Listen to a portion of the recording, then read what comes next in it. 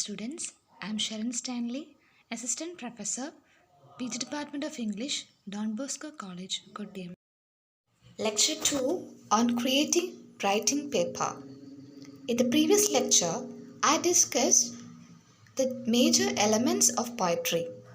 In this lecture, I discuss major poetic forms. Now I discuss poetic forms such as epic, ballad, lyric, and ode. Before moving on to the section poetic forms, I would like to discuss or explain two terms. First one, subjective poetry. What is subjective poetry?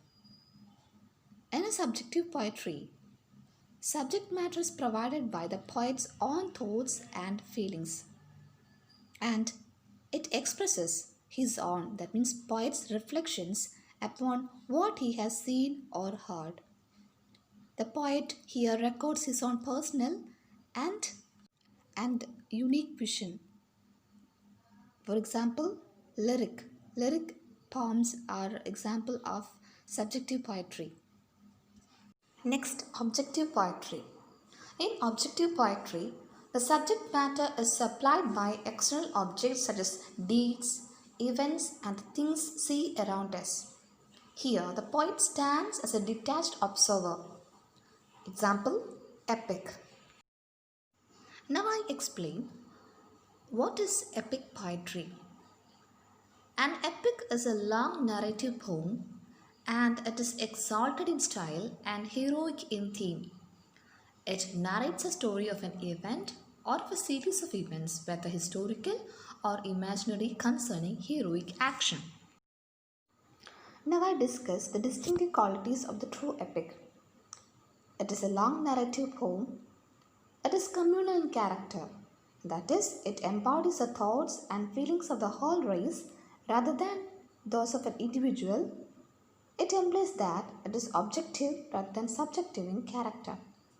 Then the theme. The theme is some action of unusual interest and importance familiar to the people through tradition. Then the characters. The characters are of the heroic type, and their actions are subject to the intervention of gods and controlled by destiny. The style. The style is marked by dignity and sublimity, and the same meter is used throughout. An epic is full of high seriousness. Its plot is characterized by greatness of scope and majesty of incident.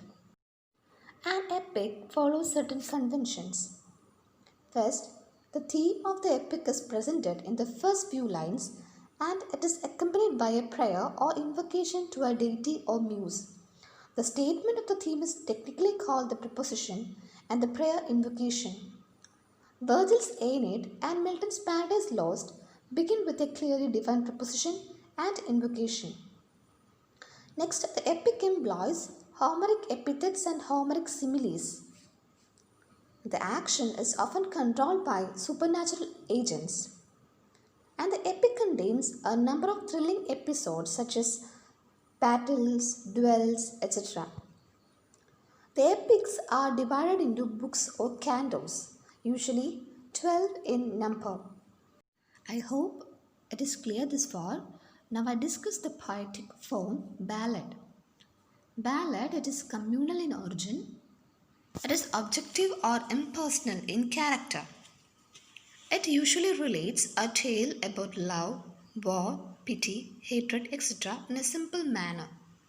The theme opens abruptly and there is no introductory matter. When we consider the metrical structure, it is crude but pleasing. We can see that a repetition and refrain are generally present in a ballad. Ballads are of two kinds, folk ballad and literary ballad. Folk ballad, it is also known as authentic ballad or the communal ballad. These spoke for the mass of the people among whom they were evolved. Example, Sir Patrick Spens. Next, literary ballad. It is a literary development of the traditional form. Example, Coleridge's The Rime of the Ancient Mariner. Next, poetic form, lyric. The word lyric is derived from the Greek word lyrikos, which means a piece of poetic composition meant to be sung to the accompaniment of a lyre. It is an expression of a single emotion. Now I discuss the characteristics of the lyric. The chief characteristic of the lyric is its emotional quality, its intensity. It is a poetic cry from the heart of joy, sorrow, fervor, exultation. Next, subjectivity. The lyric is subjective in character. Compared with other types of poetry, lyric is short. The lyric expresses a single emotion. The emotional excitement is of a short duration, so a lyric poet conveys his impression swiftly, memorably, and musically. So the third point is brevity. When we look at the unity of structure, it is divided into three parts. The first part is called the motive or emotional movement, which sets the poet's imagination working. It consists of the first few lines or at the most of the first stanza. The second part consists of the thought suggested by the emotion. At this time, the emotional intensity is at its climax and the expression reaches its highest pitch of eloquence or passion. The third part, which usually consists of the last stanza, is intellectual in character. It embodies often a judgment, a pointed summary, and ends with a parting smile or sigh. Next poetic form, ode. An ode is a lyric poem of some length, serious in subject and dignified in style, expressing an exalted or dignified emotion, especially one of complex or irregular metrical form. The ode is of three types: the Dorian or Pindaric ode, the Lesbian or Horatian ode, and English ode. The Dorian ode, it was choric and was sung to the accompaniment of a dance. The Dorian ode, which was brilliantly used by the great Greek poet Pindar, and it is also called the Pindaric ode. It was choric and was sung to the accompaniment of a dance. Next, the Lesbian or Horatian ode. It was simpler in form than the Pindaric, and therefore attempts to imitate it have been easier and more successful. Horace, the great Roman poet, popularized it, and hence it is also known as Horatian ode. Next, the English ode.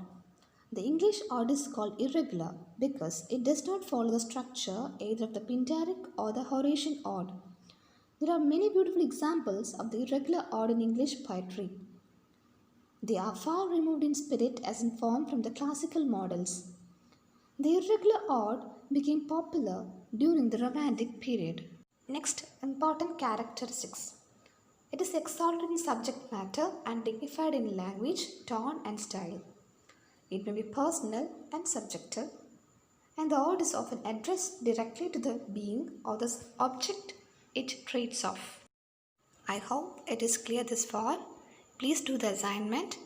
Write the major poetic forms discussed in this lecture. Thank you.